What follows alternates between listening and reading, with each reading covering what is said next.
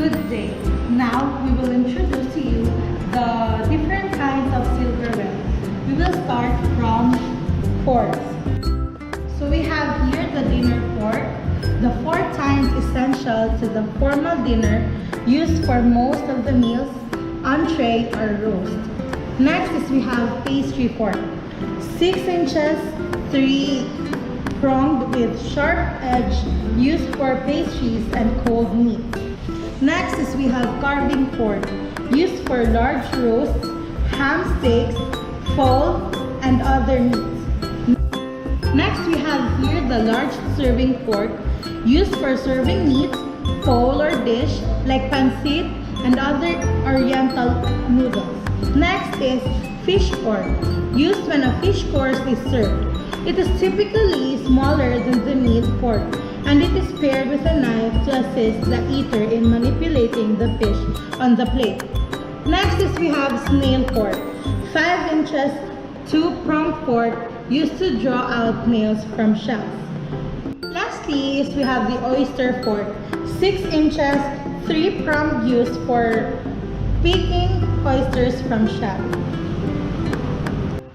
Right after the fork, we have the spoon. First is soup spoon, with rounded bowl used for soup dishes.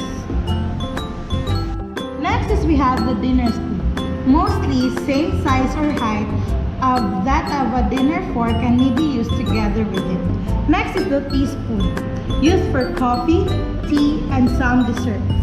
Next is dimatas, smaller than a teaspoon, used for dinner coffee, condiments, or caviar.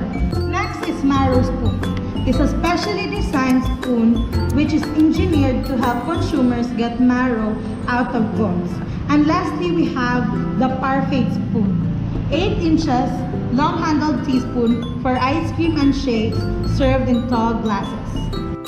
And now we proceed to knife section. Here we have the dinner knife, essential to the formal dinner used for all meats, entree, or roasts. Next is steak knife, 7 inches, sharp-edged knife to carve steaks, allowing the juice to flow out slowly. The following is fish knife, used when a fish course is served. It is paired with a fish fork to assist in cutting the fish. Next is butter knife, may refer to any table knife designed with a dull-edged and rounded point. Next is mustard butter knife. It is a sharp-pointed, dull-edged knife, often with a saber shape, used only to serve out pats of butter from a central butter dish to individual diners' plates. Next is cheese knife, specialized for the cutting of cheese, as these cheeses are often sticky. A cheese knife will be serrated and often have holes to prevent sticking. Next is bar knife, slices and serves lemons and limes, also used as a bottle opener. We proceed to carving knife. It is used for large roasts, ham, steaks, fowl, and other meats.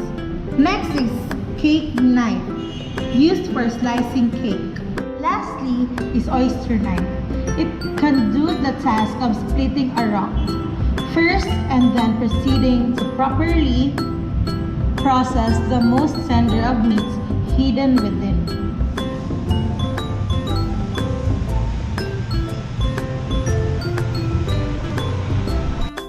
So now let's move on to the last classification of silverware. We have here the ice tongs, used to pick small pieces of ice, whether cubes or chunks. Next is nail tongs, 6 inches, used to hold up a snail shell to draw out the snail with a fork. Next is pasta tong, used to serve pasta or may also be used for chopped green salad. Next is meat tong. This is intended for meat items and can also be used for pastry items. Next is kitchen tongs, big tong used for frying. Next is lobster crackers. These are used to crack and open shells of lobsters and crabs when they are cooked and served with the shell.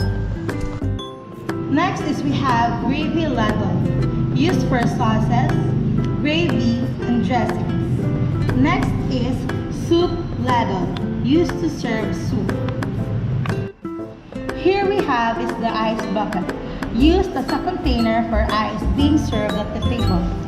Next is water pitcher, used as a container for water or other beverages like juices, soda, iced tea, and etc.